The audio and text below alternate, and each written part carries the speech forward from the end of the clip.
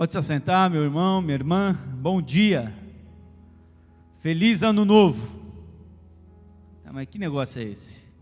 Feliz ano novo, gente. Eu estou animado. O ano 2022 vai ser o melhor ano da nossa vida. Você crê nisso? A Monique me falou ontem, todo ano você fala isso. Todo ano você fala que vai ser o melhor ano da nossa vida. E eu creio nisso. Todo ano é o melhor ano da nossa vida, porque a gente vai andar juntinho com Jesus. Amém? Pois bem, abra a tua Bíblia. Em Gênesis, nós vamos ler o capítulo de número 41, apenas alguns versículos 50 a 52. Gênesis, capítulo 41, nós vamos ler do versículo 50 ao 52. Quem achou, diga achei. E quem não achou, vai colocar aí como meta, propósito, frequentar a escola bíblica o ano que vem. Esse ano, melhor dizendo. Ano que vem não dá, né? Esse ano, quando nós retornarmos a partir do dia 17, se não me falha a memória, você já vai frequentar a escola bíblica. Diz assim a palavra de Deus: antes de chegar a fome, nasceram 2 filhos a José, os quais lhe deu Asenate, filha de Potífera, sacerdote de On. José ao primogênito chamou de Manassés, pois disse: Deus me fez esquecer de todos os meus trabalhos e de toda a casa de meu pai. Ao segundo chamou-lhe Efraim, pois disse: Deus me fez próspero na terra da minha aflição. Vamos orar. Senhor, fala conosco através da tua palavra, fala conosco através da mensagem do Senhor, que possamos abrir a nossa mente, ó Deus, e o nosso coração, para ouvir a voz do Senhor, em nome de Jesus, amém. Tem gente que entra o ano novo animado, eu sou um desses, eu gosto de recomeçar, ano novo, vida nova, mas a gente sabe que os problemas antigos também ficam, e eles não param no ano passado, eles nos acompanham para o ano vindouro, e a gente que já começa o ano novo desanimado, já começa o ano novo com críticas, sabendo das lutas, das dificuldades, e achando que não vai dar nada certo. Essa manhã eu quero convidar você a mudar sua mente. Você precisa ter a convicção de que o nosso Senhor Jesus Cristo pode transformar a sua vida, transformar a sua maneira de viver, transformar a sua mentalidade.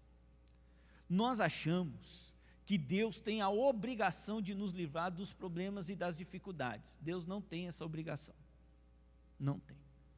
Mas Ele tem um compromisso comigo e com você. Qual é o compromisso, pastor? Ele prometeu que vai estar conosco em todas as situações, com problema ou sem problema, Jesus vai estar conosco, e isso deve ser o bastante para nós, em saber que a despeito de como será 2022, Jesus está comigo, Jesus está comigo. Agora observe comigo, em Adão, toda a raça humana, rebelou-se contra Deus, pecou contra o Senhor, o Criador dos céus e da terra. E a consequência do pecado é que Adão foi expulso do jardim do Éden com Eva. E houve-se ali um rompimento, o relacionamento entre Deus e o homem. Mas Deus não desistiu de nós. Deus não desiste de mim, Deus não desiste de você, Deus não desiste de nós. Deus chamou um homem lá da terra de Uz dos Caldeus, chamado Abraão, e fez uma promessa a esse homem, dizendo que ele seria pai de muitas nações, e da terra dele, do povo dele, viria o Messias, aquele que traria a salvação, o Redentor. Agora, olha a história, Abraão e Sara, eles tiveram 2 filhos, Ismael sai da história, mas o filho da promessa é um menino chamado Isaque. Deus deu a eles essa bênção que foi Isaque. Isaac casou-se com Rebeca, e eles tiveram 2 filhos, Esaú e Jacó. Esaú sai, Jacó continua. Jacó agora casou com dona Raquel e com dona Lia e as suas concubinas, e eles tiveram 12 filhos. Podemos citar alguns deles, ou melhor dizendo, todos eles: Rúben, Simeão, Levi, Judá, Issacar, Zebulon, Dan, Naphtali, Gade, Assé, José e Benjamim. Mas nessa manhã eu quero meditar um pouquinho sobre José. Eu não quero falar da vida de José por inteiro, mas quero destacar ele por 2 bons motivos. Primeiro motivo é que José teve uma adolescência, daquelas adolescências assim, daquela juventude traumática. Os comentaristas dizem que mais ou menos ele tinha de 7 a 14 anos no máximo, quando sua mãe foi ter o seu irmãozinho Benjamim e morreu no parto.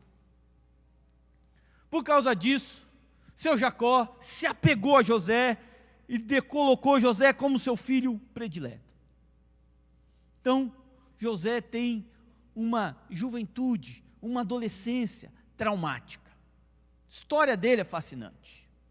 O segundo bom motivo para a gente falar um pouquinho e pensar um pouquinho em José é que, apesar das lutas, das provações, dos dramas, dos traumas que ele viveu, ele se tornou um adulto resolvido, emocionalmente saudável e, acima de tudo, abençoado e um abençoador. Por isso que eu quero falar sobre José. Mas eu quero destacar aqui algumas coisas que José passou e que às vezes a gente se esquece. A primeira delas, abre aí a tua Bíblia, em Gênesis capítulo 37, o versículo de número 3. 37, o versículo de número 3. Ora, Israel amava mais a José que a todos os seus filhos, porque era filho da sua velhice, e fez-lhe uma túnica, talar de mangas compridas. Primeiro problema que José tem que enfrentar, não foi ele que causou, foi o pai dele que causou para ele. O problema não veio dele, mas veio de fora e alcançou ele. O pai dele, o seu Jacó, tem 11 filhos, mas decide amar mais um, José. Decide amar mais esse menino. Ele foi vítima da preferência do pai. O pai amava ele, o pai dava mais coisas para ele, os irmãos acordavam cedo, ia trabalhar, mas José não ia. José ficou criado na barra do pai, porque sua mãe já tinha morrido. José se apega a esse menino e dá preferência para ele. Olha o cuidado que os pais têm que ter em não ter filhos prediletos, amar mais um do que outro. Isso é um ensinamento forte na Bíblia, porque Jacó está fazendo isso. E qual é o problema? O problema é que os irmãos começaram a olhar para José com um rabo de olho. O problema é que os irmãos começaram a chamar José, sabe do quê? Filhinho do papai. Olha lá o filhinho do papai, tem tudo, Nutelinha. Está lá. E José era daqueles meninos mesmo, criado ali, com todo cuidado. Ele tem sonhos, ele conta, ele não tem discernimento nenhum, só gera mais raiva no coração dos irmãos. O pai ama mais esse menino do que nós. Quem é filho aqui, sabe que, e tem irmãos, talvez se você sondar o seu coração, você já falou isso para o seu pai e para a sua mãe, não falou não? Quando sua mãe puxou a sua orelha e não puxou a orelha do seu irmão ou da sua irmã, você disse, ela gosta mais dele do que de mim. Esse é um perigo. José teve que enfrentar isso, nem era ele o problema nem foi ele que causou, foi o próprio pai. O próprio pai. Você quer ver um outro problema que José passou na sua juventude, na sua adolescência? Ele foi objeto de ódio dos seus irmãos. Olha o versículo de número 4 do capítulo 37. Vendo, pois, seus irmãos, que o pai o amava mais que a todos os outros filhos, odiaram-no e já não lhe podiam falar pacificamente. Os seus próprios irmãos, sangue do seu sangue, passaram a odiar ele, a não ter paz com José. Eu fico imaginando a cena, José chegando, os irmãos tudo ali, conversando, batendo papo, dando risada, e você chega e é ignorado. Você já passou por isso? Já? No seminário, tem umas coisas assim interessantes. Seminário você tem, quando você chega no seminário, você é primeiro ano. Então, primeiro ano no seminário não tem valor nenhum. Não tem. Quem tem valor é segundo ano, terceiro ano, quarto ano. Então, o primeiro ano sempre é excluído. Isso aconteceu comigo. Todos nós que chegamos no primeiro ano, fomos tomar café, e todo primeiro ano sentou na mesa do primeiro ano. Está lá sentadinho. O quarto ano, olhou para mim e disse assim: ô Anderson, senta aqui na mesa do quarto ano. Sentar na mesa, os quarto-anistas era uma honra. Eu fui lá e sentei na mesa dos quarto-anistas. Quando eu sentei, eu fui ignorado o tempo todo. Todo o tempo eles me ignoraram. Parecia que eu não estava lá. Era uma pegadinha deles, ao ponto deles dizerem: está começando a cheirar mal essa mesa. Primeiro ano não tinha valor. Sentimento meu foi muito ruim. Eu realmente me senti ruim naquele lugar, com aquelas pessoas. Depois eu entendi que era uma brincadeira. Mas pensa você chegar e ninguém ter paz com você, os seus próprios irmãos não quererem te ver, te odiar, querer o teu mal. José passa por isso. É um problema familiar. Outra questão, esses irmãos, eles começaram a ter inveja espiritual de José. Deus escolheu José para ser uma bênção, e através de José, todos seriam abençoados. E Deus começou a dar sonhos para José, mas ninguém entendia os sonhos que Deus estava dando para José. Isso fica claro. Olha o versículo de número 5 de Gênesis 37. Teve José um sonho, e o relatou aos seus irmãos. Por isso, eles o quê? O odiaram mais. Mais um problema para José. Se os irmãos dele já não gostavam dele por causa do amor do pai por ele, agora odiaram ele porque ele era mais perto de Deus do que os outros. A espiritualidade afetou tanto os irmãos deles, de José, que agora eles estão odiando José, porque José tem sonhos e eles não. Não somente isso, José teve que lidar com a violência familiar. Se você ler o capítulo de número 37, você vai ver algumas coisas que aconteceram aqui. Primeiro,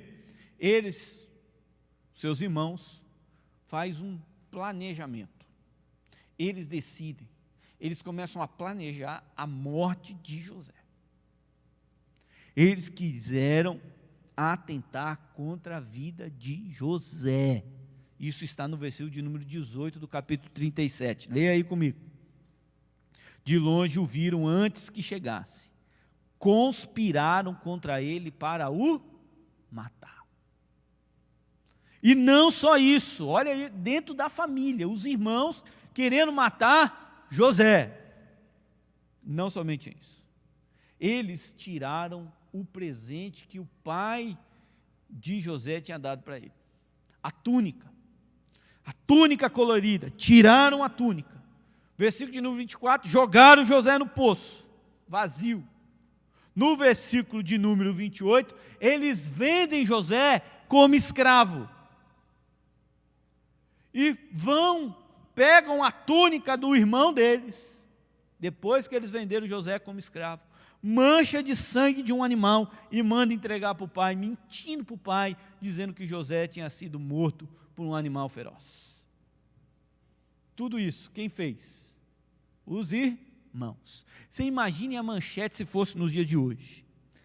Filhos de pastor, crentes da igreja presbiteriana, matam o irmão. Essa é a manchete. José está enfrentando tudo isso. E ele foi levado então para o Egito, vendido como escravo, foi morar na casa de Potifar, foi humilhado, torturado emocionalmente, levantaram falso testemunho contra ele, ficou na prisão. José passou por tudo isso. E nós sabemos que os laços familiares são de extrema importância. É na família que a gente aprende muita coisa, autoestima, que a gente aprende identidade, segurança. Tudo isso foi tirado de José. Mas a história de José, ela é linda. E os versículos que nós lemos é que me anima e que me incentiva e que eu tenho plena convicção de que 2022 pode ser diferente. Porque José, mesmo passando por tudo isso, Deus o honra, Deus o abençoa. E agora ele tem 2 filhos. E um deles se chama Manassés. Talvez você perdeu na leitura. Mas Manassés significa: Deus me fez esquecer de todo o sofrimento da casa do meu pai. Deus me fez esquecer de todo o sofrimento da casa do meu pai. O segundo filho chamou ele de Efraim, que significa: Deus me fez prosperar na terra do sofrimento. Deus me fez esquecer, Deus me fez prosperar. Você precisa mudar a sua mente para ter um 2022 assim, maravilhoso na sua vida. E a primeira coisa que você tem que entender é que nós não podemos ter uma vida abençoada no presente enquanto não superarmos os traumas do passado. Por isso, nessa manhã, eu quero compartilhar com os irmãos o seguinte tema: vire a página e siga em frente na sua vida. Algumas coisas têm que ficar no ano passado, você não pode trazer para cá.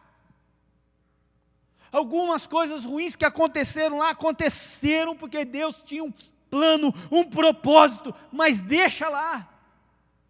Tem gente carregando defunto até hoje.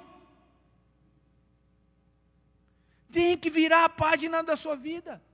Os traumas do passado são uma página usada, rasurada, deu errado.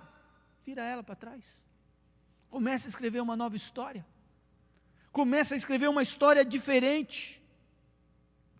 Fernando Pessoa, poeta, filósofo, escritor português, escreveu o seguinte: encerrando ciclos, fechando portas, terminando capítulos, não importa o nome que damos, o que importa é deixar no passado os momentos da vida que já se acabaram. Você precisa deixar o passado no passado. Você pode passar muito tempo, isso é perda de tempo, se perguntando: por que isso aconteceu comigo? Por que isso aconteceu? Porque eu tive que passar por isso? Por que esse problema? Por que essa dificuldade? Você vai ficar se indagando e não vai conseguir achar resposta. Está na hora de você colocar um ponto final nesse capítulo da tua vida e começar um novo capítulo. Não se inicia um novo capítulo sem encerrar o capítulo antigo. Põe um ponto final nisso. Você quer um 2022 diferente na sua vida? Vira a página, siga em frente. Fica olhando para trás. Isso acontece quando temos relacionamentos frustrados, onde uma pessoa se doou mais do que a outra, e aí ela se fecha. Temos problemas quando acontece alguma questão familiar no passado e você não consegue seguir em frente. Mas se você ficar olhando, não superar os traumas do passado, você nunca vai viver o novo para você. Você nunca vai viver a nova história. Ei, presta atenção no que eu vou dizer. O que passou não voltará mais. Siga em frente. Siga em frente. Para de querer viver tempos atrás.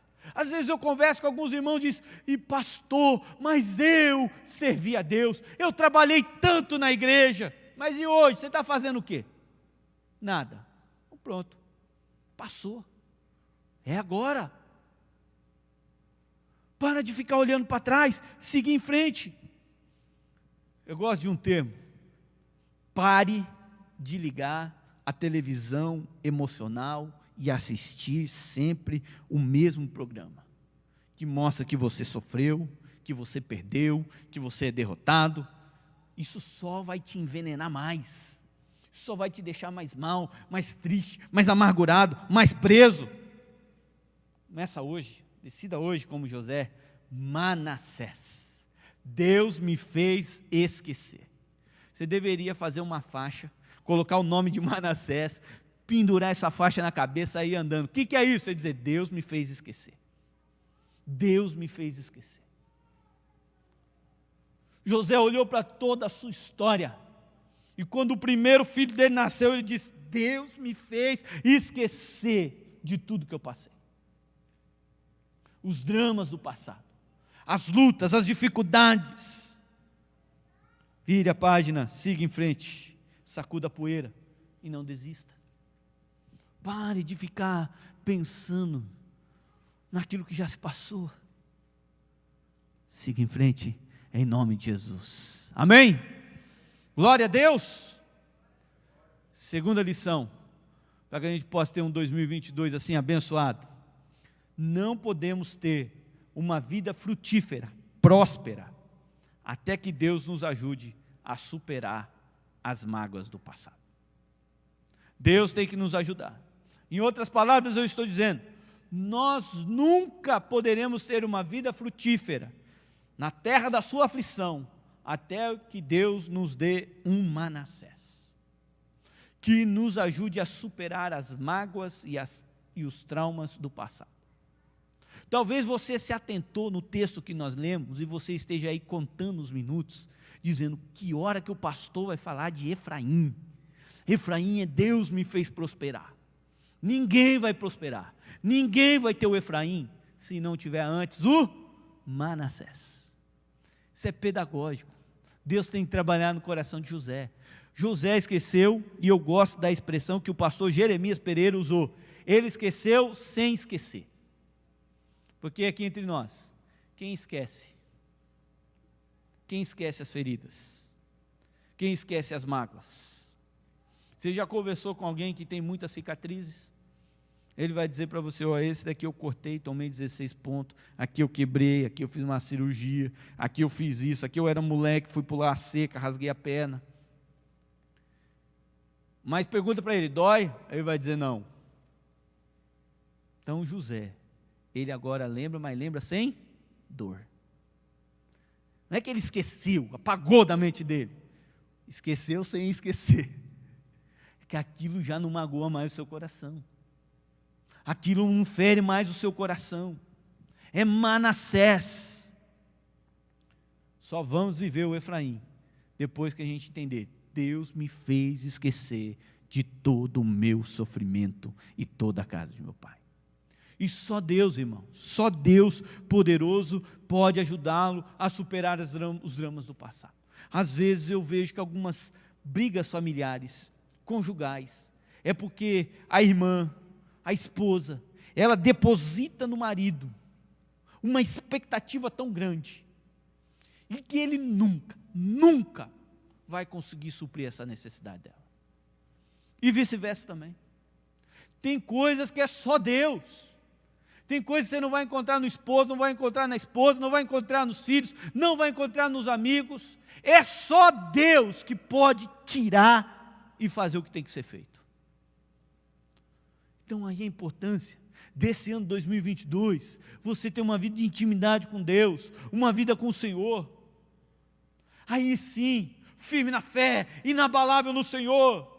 O que acontecer, aconteceu. Já foi. Efraim, Deus vai me fazer prosperar. Manassés, Deus me faz esquecer de tudo isso. A inveja, o ódio dos irmãos, era uma grande ferida no coração de José. Grande ferida. Você imagina José, às vezes a gente fala: não, José perdoou, que realmente, que cara fantástico. Mas você já imaginou quanto doeu no coração de José? os 2 anos que ele passou na prisão, ele dizendo, puxa, eu estou aqui por causa de Simeão, de Levi. Tudo porque meu pai decidiu me amar. Por que meu pai tinha que ter me amado tanto assim? Ao ponto de trazer ódio para os meus irmãos. Eu contei do sonho, mas eu não tinha intenção de humilhar ninguém. Já passou por isso? Você já lendo esse texto, a história de José, já veio isso na sua cabeça? Mas no capítulo 50, nós temos um grande milagre. José, quando vê os seus irmãos, ele chora. É o milagre da reconciliação. Observe que José só reencontra os seus irmãos e tem a capacidade de Deus para perdoá-los depois que Manassés nasceu. Depois que ele declarou, Deus me fez esquecer de tudo. Depois disso, o milagre da reconciliação vai acontecer. Mas antes, José não estava preparado. José conseguiu perdoar seus irmãos, porque Deus lhe fez esquecer todo o sofrimento. Guarda isso que eu vou te dizer hoje. Guarda aí. Só Deus pode curar as feridas da nossa alma. Só o Senhor. Amém? Então, vire a página, siga em frente. E terceiro, Jesus Cristo é o nosso Manassés. Jesus Cristo é o nosso Manassés. Observe comigo, você já foi machucado, você talvez viva preso, aprisionado nos seus pensamentos, nos tramas do passado, nas lutas, nas dificuldades da vida, memórias difíceis de serem apagadas, sempre vem na tua mente, no seu coração. Essas memórias geram no seu coração desânimo, amargura, depressão, opressão. Quem pode te livrar de tudo isso? Aquele que tem poder de fazer você esquecer de tudo isso. Vocês entenderam que esquecer é lembrar sem dor. E essa pessoa é Jesus Cristo. Olha o que Isaías vai dizer 700 anos antes de Jesus nascer. Abre aí a tua Bíblia, Isaías capítulo de número 61. 61. Olha o que Isaías vai profetizar a respeito desse nosso Manassés, que é o nosso Senhor Jesus Cristo.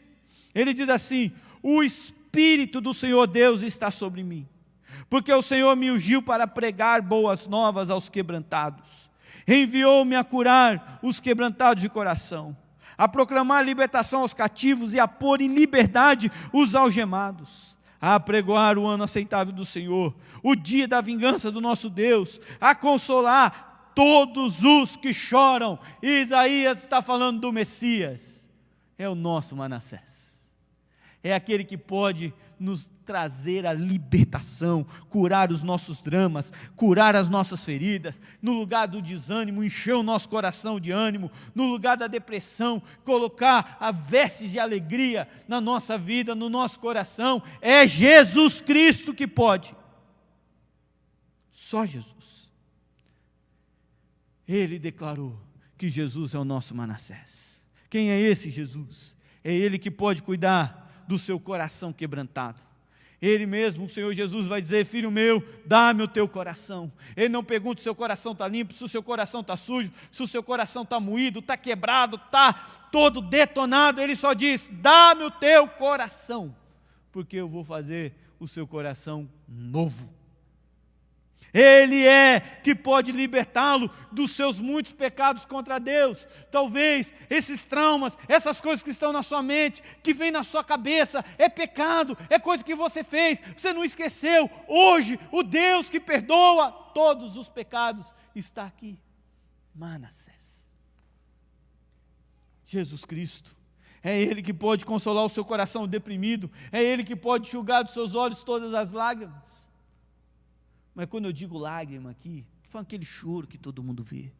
Mas sabe aquele choro que quando você coloca a cabeça no travesseiro, ninguém está vendo, o seu coração chora.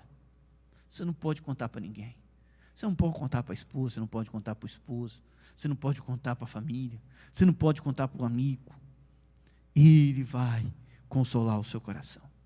É Ele que pode transformar seu pranto em tristeza e derramar sobre você uma alegria maravilhosa. É Jesus. É Jesus. É Ele que poderá transformá-lo num carvalho de justiça, plantado pelo próprio Deus para a manifestação da glória de Jesus Cristo. Jesus Cristo é o nosso Manassés. Quando a gente entender isso, a gente vive o Efraim. Deus me fez prosperar nessa terra, terra de angústia, de lutas. Satanás está aí, o inimigo, a carne, a tentação, mas é nessa luta espiritual, Deus me faz prosperar. Louvado seja o Senhor. Olha o que era o Egito. O Egito naquela época adorava vários deuses. Olha o que Deus fez com José. Todo mundo diz: José foi transformado o governador do Egito. Essa é uma bênção. Ele foi transformado governador do Egito. Mas e as outras bênçãos? Primeira, se tornou governador. Segundo, ele se casou com uma das mulheres mais cobiçadas do Egito. Era filha de um sacerdote. O sacerdote naquela época tinha um valor inestimável. Era um homem rico. Suas filhas eram preparadas somente para homens especiais. E muitas delas só Faraó podia tocar. Toma aí, Egito. Toma aí, José, o melhor do Egito. Você vai casar com essa daqui, ó. E não somente isso, Deus prosperou, abençoou José e deu a ele 2 filhos, Manassés e Efraim. Deus me fez crescer, Deus me fez prosperar. Deus trouxe seus irmãos, José o perdoou. E mais uma bênção, o pai de José, Jacó, morreu nos braços de José. Isso é uma bênção, não é? Olha aí. Então, tudo que a gente passa, todo o sofrimento, ele tem um propósito divino. Deus está fazendo algo. E daqui a pouco, Efraim vai nascer na sua vida. Mas talvez você diga nessa manhã: meu problema, pastor, não é o que fizeram contra mim, mas o meu problema é o que eu fiz contra os outros. Eu já magoei muita gente. Eu já pisei muita gente, eu já fiz muita coisa que não devia. Então deixa eu te dar um exemplo. A Bíblia fala de um homem chamado Saulo. Ele odiava Cristo, ele perseguia os seguidores de Cristo. Ele viu e participou do apedrejamento de Estevão. Estevão morreu orando por esse jovem. Todas essas lembranças não fugiram da mente de Paulo. Ecoavam no seu coração. Estava dentro da sua alma. Ele lembrava das pessoas que ele matou, das casas que ele queimou. Tudo isso estava na sua consciência. Mas quando ele teve um encontro com Jesus Cristo, na estrada para Damasco, o Senhor o perdoou, ao ponto dele escrever Filipenses capítulo 3, versículos 13 e 14, que diz assim: esqueço-me das coisas que ficaram para trás, e avançando para as que estão diante de mim, prossigo para o alvo, a fim de ganhar o prêmio do chamado celestial de Deus em Cristo Jesus. Eu quero dizer uma coisa para você: se esqueça das coisas que ficaram para trás, vire a página, siga em frente. Olha o que diz o texto de Isaías 53, 5. Jesus ele falando do Messias, ele diz: foi transpassado por causa das nossas transgressões, foi esmagado por causa de nossas iniquidades. O castigo que nos trouxe a paz estava sobre ele, e pelas suas feridas fomos curados. Essa manhã você tem que se arrepender. Confesse o seu pecado, creia no perdão de Deus e viva olhando para frente. José, o apóstolo Paulo e muitos outros crentes, através dos séculos, com a ajuda de Deus, superaram seus dramas, seus traumas e se tornaram como carvalhos de justiça. Deus os abençoa. Deus os fez prosperar. Efraim. Mas eu quero concluir minha mensagem. E aí o pessoal do louvor já Pode vir. Eu quero concluir minha mensagem contando a história de um homem chamado Horatio Spafford. Horatio Spafford. Foi por volta do ano de 1870, na cidade de Chicago. Este homem, que era um advogado, e sua esposa Ana, serviam a Deus com muita alegria, com muito ânimo, muito temor e tremor diante de Deus. Mas no ano seguinte, em 1871, eles perderam o único filho homem que eles tinham. Eles perderam o seu filho, que foi brutalmente, olha para mim, deixa a criança aí que ele está glorificando a Deus, deixa ele, isso é uma bênção de Deus. Irmãos, o choro da criança na igreja é uma bênção, é ou não é?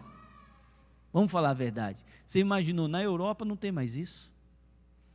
Por isso algumas pessoas, às vezes eu vejo assim no corredor, falam, pastor, desculpa, a criança chorou. Deixa chorar, é uma bênção, é uma bênção. Você não pode ficar irritado com as crianças no culto. O choro da criança é uma bênção. Imagine se a gente não tivesse choro de criança na igreja. Nossa igreja ia morrer logo, logo. Mas voltando à história de Horatio Spafford. Em 1871, ele perdeu o seu único filho homem, que foi brutalmente consumido por um grande incêndio na cidade de Chicago. Ele decide então pegar a sua esposa, suas outras filhas e viajar para a Europa. Pegou um navio chamado SS Ville e foi em direção à Europa.